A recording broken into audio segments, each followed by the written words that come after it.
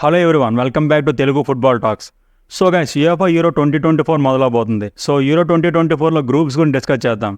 So group ఏలో చూసుకుంటే Germany, Scotland, Hungary, Switzerland teams ఉన్నాయి.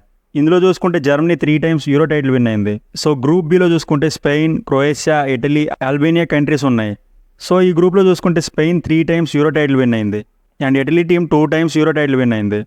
అండ్ ఈ గ్రూప్లో చూసుకుంటే స్పెయిన్, క్రొయేషియా, ఇటలీ మధ్యలో మంచి కాంపిటీషన్ ఉండబోతుంది. సో గ్రూప్ సిలో చూసుకుంటే Slovenia, Denmark, Serbia, England teams ఉన్నాయి. సో గ్రూప్ డిలో చూసుకుంటే Poland, Netherlands, Austria, France teams ఉన్నాయి. అండ్ ఫ్రాన్స్ చూసుకుంటే Euro title 2 times already win అయి ఉంది. గ్రూప్ ఈలో చూసుకుంటే Belgium, Slovakia, Romania, Ukraine teams ఉన్నాయి. సో గ్రూప్ ఎఫ్లో చూసుకుంటే టర్కీ, జార్జియా, పోర్చుగల్, సెర్బియా ఉన్నాయి. సో లాస్ట్ టైం యూరో 2020 ఫైనల్స్లో ఇటలీ టీం ఇంగ్లాండ్ ఓడించింది. సో యూరో 2024లో ఇటలీ కంట్రీ టైటిల్ డిఫెండ్ చేయబోతుంది. సో యూరోప్ మొత్తంలో ఫుట్బాల్ నేషన్స్ ఉంటాయి కదా. సో ప్రతి 4 years ఒకసారి ఫుట్బాల్ టోర్నమెంట్ జరుగుతుంది.